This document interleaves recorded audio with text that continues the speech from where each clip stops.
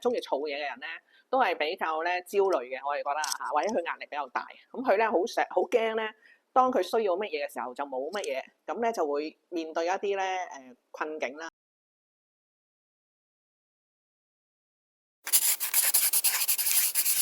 課程咧，職場 EAP 呢個課程咧，我哋關顧咧就係嗰個員工自己本身咧，對於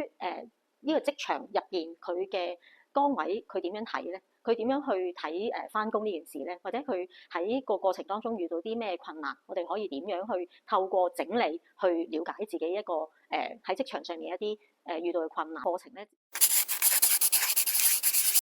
咁可能我試過咧，有個朋友嚟參加課程咧，佢就話佢好忙，佢返到屋企咧，佢冇執屋，而佢嘅丈夫咧係一個完美型，咁佢會覺得咦，點解你咁亂啊？咁而佢又冇力量去執嗰個屋啊，咁於是乎咧佢就好大嘅無力感啦。咁呢個時候咧，其實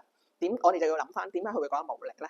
其實可能就係佢嘅工作啦，因為佢嘅工作上面咧佢冇成功感啊，工作冇成功感，於是乎返到屋企咧，亦都對生活有啲採取放棄嘅狀態。咁所以我會覺得係應該要平衡，但係咧唔係淨係用單純話我準時放工，總之應放假放假，咁就叫做 balance 喎。應該話我個生活上我點樣可以令到佢更加有意義咧？咁同埋我工作上咧都要諗翻，究竟呢一份工作有邊方面係同我個人價值係合拍嘅。